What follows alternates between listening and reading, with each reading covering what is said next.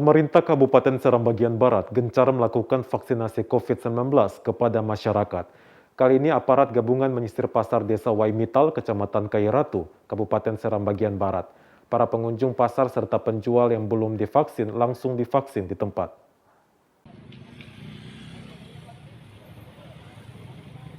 Aparat gabungan yang terdiri dari TNI Polri serta Polisi Pamong Praja melakukan razia di Pasar Waimital, Kecamatan Kairatu, Kabupaten Seram bagian Barat. Dalam razia ini, aparat gabungan mendapatkan banyak warga yang belum melakukan vaksin, baik pengunjung maupun penjual. Untuk mengetahui warga belum divaksin, aparat meminta pengunjung menunjukkan kartu vaksin.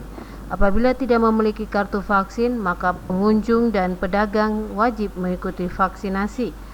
Dalam razia kali ini, aparat gabungan mendapatkan kurang lebih 71 orang warga yang belum divaksin dan langsung divaksin di hari pertama.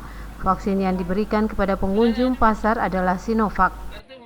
Sekali bagi kepala daerah dalam hal ini Pak Bupati memerintahkan untuk kami semua mesti harus sama-sama dengan TNI Polri turun bersama tokoh masyarakat, tokoh agama yang ada di tengah-tengah masyarakat, baik itu di tempat-tempat keramaian, baik itu seperti di pasar, di mal. Kami sama-sama turun untuk bisa sahabat menggerakkan masyarakat.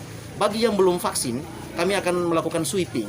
Ketika kedapatan, kami akan memberikan edukasi kepada mereka dan juga sama-sama dengan petugas kesehatan yang ada di tempat, sehingga yang belum vaksinasi itu kami mengarahkan kepada mereka untuk segera ke Paskes pelayanan kesehatan. Dalam hari ini sudah disiapkan posnya untuk mereka segera divaksinasi.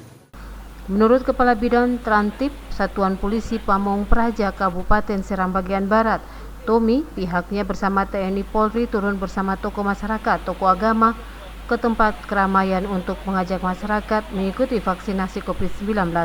Apabila kedapatan masyarakat yang belum divaksin, tim gabungan melakukan edukasi kepada masyarakat tentang pentingnya vaksinasi untuk mencegah masyarakat terpapar COVID-19. Dari Piru, Wahid Hukul melaporkan.